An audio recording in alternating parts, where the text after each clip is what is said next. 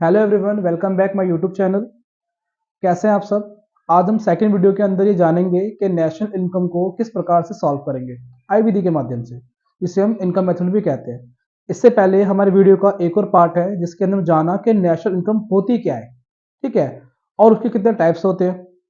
तो जो पहली वीडियो है उसके अंदर हमारा प्रोडक्शन मेथड के बारे में बता रखा है कि किस प्रकार से उत्पाद विधि के माध्यम से हम नेशनल आय को सॉल्व करते हैं, ठीक है। उस वीडियो का लिंक मैं आपको नीचे कमेंट बॉक्स में या आपको डिस्क्रिप्शन में दे दूंगा, आप वहां पे आकर उसको देख सकते हैं, ठीक है। आइए चलिए और देखते हैं किस प्रकार से हम नेशनल इनकम को सॉल्व करेंगे आई विधि के माध्यम से। तो गाइस, मैंने पहले ही बोर्ड पर नेशनल इनकम के मतलब आई विधि के मेथड को पहले से लिख दिया है ताकि वीडियो ज़्यादा लंबी ना हो और कम समय के अंदर हम पूरे कॉन्सेप्ट को क्लियर कर लें, ठीक है। तो गाइस, जैसे कि हम देख पा रहे हैं कि अभी आय विधि को निकालने के लिए कर्मचारियों का पारिश्रमिक, प्रचलन अधिशेष और मिश्रित आय, जिसे हम स्वनिर्धों की मिश्रित आय भी कहते हैं, जैसे कि composition of employees, operating surplus और हमारा मिक्स इनकम, ठीक है। इन तीनों को जोड़कर हम अपनी नेशनल इनकम को प्राप्त करते हैं। मतलब आय विधि के माध्यम से जब इन तीनों चीजों को हम प्लस करेंगे तो एनडीपीएफसी प्राप्त होता है। क्या प्राप्त होता है? एनडीपीएफसी प्राप्त होता है। हमें केवल इस डी को मतलब डोमेस्टिक को नेशनल में चेंज करना है, ठीक है। जब हम डी को नेशनल में चेंज कर देंगे तो हमें प्राप्त होगा एनएनपीएफसी, जिसको हम कहते हैं नेशनल इनकम इसे कहते हैं। लेकिन इसको जानने से पहले हम ये जानेंगे, सपोज करिए अगर वहां पर कर्मचारियों का पारिश्रमिक नहीं दे रखा है, मतलब कंपोजिशन ऑफ एम्प्लॉयज नहीं दे रखा है, तो इनको हम किन किन चीजों को प्लस करें ताकि हमारा कर्मचारियों का पारिश्रमिक निकल जाए। तो जैसे कि आप देख पा रहे हैं कि इसको कर्मचारियों के पारिश्रमिक को निकालने के लिए हमें चार चीजें चाहिए होती है। पहला है नगद व मजदूरी, दूसरा है किस्म के रूप में, तीसरा है सामाजिक सुरक्षा में नियोजकों का योगदान एंड लास्ट है सेवानिवृत्त पेंशन। तो जैसे कि हम जानेंगे कि नगद मजदूरी या वेतन क्या होता है। जैसे सपोज करिए ऑनर के मतलब पास एक एम्प्लॉयज काम कर रहा है, उस एम्प्लॉय को कैश के रूप में पेमेंट दी जा रही है, ठीक है। तो उसको कहते हैं नगद मजदूरी वेतन, मतलब वेजेस या salary in cash, okay. Next दे रखा है किस्म के रूप में, मतलब किसी एम्प्लॉय को उसके ऑनर के द्वारा उसको रहने के लिए कोई आवास दे रखा है, जैसे कोई रहने के लिए कोई जगह दे रखी है लेकिन उसके बदले में उससे कोई पैसा नहीं लिया जा रहा है, ठीक है। उसके बाद में दे रखा है सामाजिक सुरक्षा में नियोजकों का योगदान, मतलब ये जो ओनर्स होते हैं, मतलब जो नियोजक होते हैं, उनके द्वारा हमारे भारत देश के अंदर बोल सकते हैं, किसी भी देश के अंदर बात कर सकते हैं, उनके द्वारा सामाजिक सुरक्षा के अंदर योगदान होते हैं।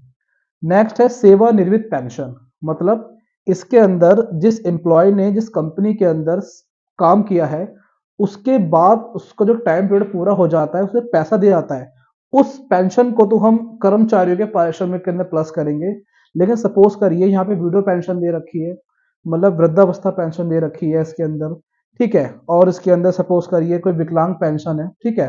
तो उस पेंशन को कर्मचारियों के पारिश्रमिक या नेशनल इनकम के अंदर जोड़ा नहीं जाता है, क्योंकि ये एक तरफी भुगतान होता है। क्या होता है? ये एक तरफी है भुगतान होता है, जिसे हम हिंदी के अंदर हस्तांतरण भी कहते हैं। समझ में आ गया? तो इन चारों को जोड़ेंगे और कर्मचारियों के पारिश्रमिक को हम निकाल देंगे।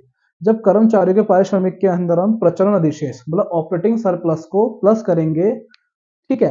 लेकिन सपोज करिए जब हमारा प्रचलन अधिशेष नहीं दे रखा, ठीक है, तो जैसे कि देख पा रहे हैं कि इसको निकालने के लिए भी मैंने चार चीजों को लिख रखा है यहाँ पे। सबसे पहले का लगान व किराया, दूसरा रॉयल्टी, तीसरा है ब्याज और फोर्थ है हमारा लाभ, ठीक है। जैसे लीवी और रेंट कहते हैं, हम रॉयल्टी कहते हैं, इंटरेस्ट कहते हैं और बेनिफिट कहते हैं, ठीक है। तो जैसे कि देखिए लगान व किराया क्या होता है, जैसे कि हमें पता भी है कुछ मतलब कुछ उत्पादक होते हैं, या तो किसी को मतलब कोई काम करने के लिए या तो रेंट पर लेते हैं मतलब किसी प्लेस को या किसी जमीन को, या वो उसको परचेज करते हैं, ठीक है। तो हम बोल सकते हैं लगान व किराया। दूसरा है रॉयल्टी। अब रॉयल्टी क्या होती है? सपोज करिए जैसे कि मैंने कोई मतलब मैंने सपोज कैसे मैंने ये पेन बनाया, ठीक है। अब इस पेन का ना मेरे द्वारा निर्माण किया गया है, ठीक है।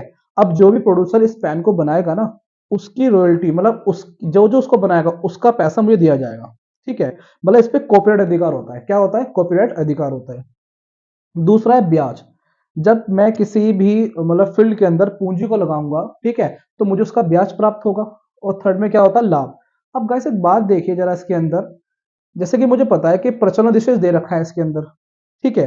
अब ये मैं सपोज करो नहीं दे रखा, जब ये नहीं दे रखा जब मैं इन चारों को प्लस करूंगा तभी तो लिख लेगा मेरा प्रचलन विशेष, मतलब सरप्लस ऑपरेटिंग मेरा तभी तो लिख लेगा। लेकिन सपोज करिए इसमें लाभ नहीं दे रखा, और जब तक लाभ नहीं देगा इन तीनों को जोड़ के हम ऑपरेटिंग सरप्लस अर्थात प्रचलन विशेष को निकाल नहीं सकते हैं। समझ आ गया? तो हमें इसके अंदर ब्याज को भी निकालना पड़ेगा, मतलब सॉरी, मतलब लाभ को निकालना पड़ेगा। और लाभ कैसे लिख लेगा?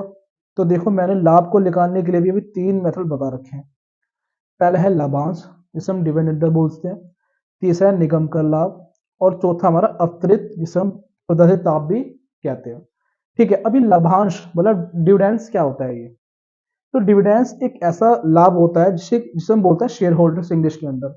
अब शेयर होल्डर्स क्या होता है? सपोज करिए आपने और मैंने मिलकर एक कंपनी का निर्माण किया है, मतलब एक कंपनी हमने ओपन की है, ठीक है, जिसमें आपका 70% भाग है और मेरा 30% भाग है, ठीक है।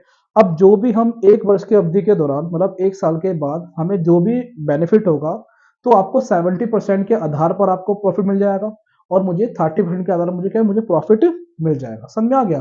तो जो शेयर होल्डर्स होते हैं सबके अंदर लाभ को बांटा जाता है जिसका अंदर शेयर होता है। इसके अंदर प्लस करेंगे निगम कर को। अब ये निगम का लाभ क्या होता है? तो जो भी बोल सकते हैं कि जो भी फर्म होती है उस फर्म को जो लाभ होता है उस लाभ के बिहाफ पर जो सरकार को टैक्स दिया जाता है, ठीक है, उसको हम निगम का लाभ कहते हैं, जो हमें सरकार को देना पड़ता है डायरेक्ट रूप के अंदर।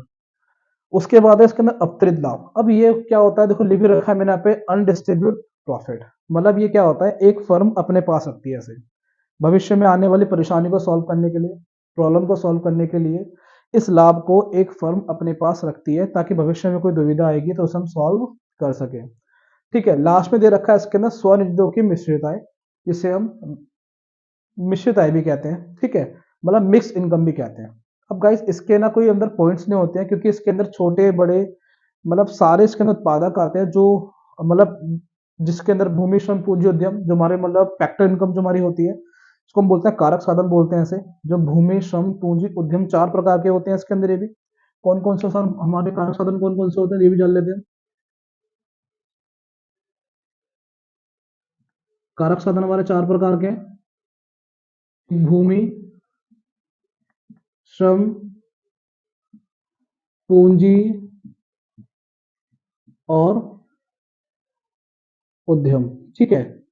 इनके जोड़ को भी हम क्या बोलते हैं? मिश्रित आय बोलते हैं, ठीक है। इसको निकालने का इसके अंदर कोई मेथड नहीं होता, केवल इसको अंदर ऐसे लिख के देगा तो हमें मिश्रित आय देगा, ठीक है। जब मैं इन तीनों को जोड़ लूंगा तो जैसे कि मैंने बताया था तुम्हें भी कि इन तीनों को जोड़कर मुझे एनडीपी प्राप्त होगा।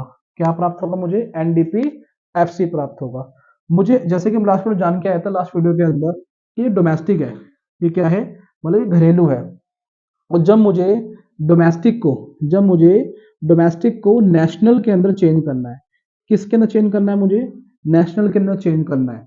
तो मुझे क्या प्लस करना होता था? एन एफ आई ए, ठीक है, मतलब विदेशों से प्राप्त शुद्ध कारक आय को जब मैं प्राप्त करता हूं उसके अंदर तो मेरा डी चेंज होता है नेशनल के अंदर। और मैंने आपको यह भी बताया था कि अगर एग्जाम के अंदर वहां पर फ्रॉम दे रखा है, क्या दे रखा है? फ्रॉम, फ्रॉम मतलब से दे रखा है उसके अंदर, तो इसको अंदर हम प्लस करेंगे। अगर वहां पर टू दे रखा है मींस वहां पे को दे रखा है तो इसको अंदर माइनस करेंगे। ऐसा क्यों? आप खुद बोल के देखिए एक बार। मैंने बोला विदेशों से प्राप्त, विदेशों से प्राप्त अर्थात मुझे क्या प्राप्त हो, जो मेरी फैक्टर इनकम है ना वो मुझे विदेशों से मिल रही है, तो वो उसको मैं क्या करूंगा? प्लस करूंगा। अगर मैं ये बोलूं विदेशों को प्राप्त, ठीक है, सपोज करिए हमारा व्यापार अमेरिका से हो रहा है तो मैं बोलूं अमेरिका को प्राप्त, तो इस समय क्या हो रहा है? अमेरिका को प्राप्त हो रहा है ना, मुझे तो प्राप्त नहीं हो रहा, तो उसको तो माइनस करूंगा फिर मैं इसके अंदर। हुआ क्लियर के अंदर?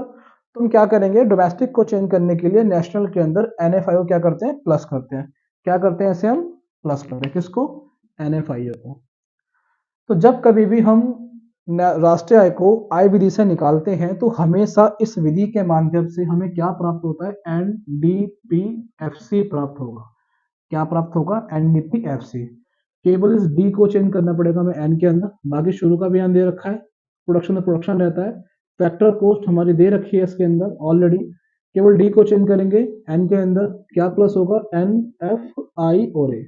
और मैंने बता रखा है, नीचे आपको बताया है किस प्रकार से क्या क्या प्लस करना, क्या प्लस के अंदर नहीं करना है। ठीक है गाइस, आप एक बार इसका स्क्रीनशॉट ले लिए ताकि देखो मैंने इसके अंदर शॉर्ट फॉर्म भी लिख रखी है कि किसके अंदर किसको क्या बोलते हैं और क्या नहीं बोलते हैं। आई होप अपने आप शॉर्ट मतलब स्क्रीनशॉट ले लिया होगा।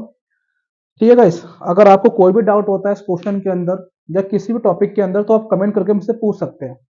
मैं आशा करता हूं कि आपको नेशनल इनकम का इनकम मेथड आपको पूरा क्लियर हो गया होगा। अगर आपको अब भी कोई डाउट है तो आप कमेंट बॉक्स में मुझे कमेंट करके उसके बारे में पूछ सकते हैं।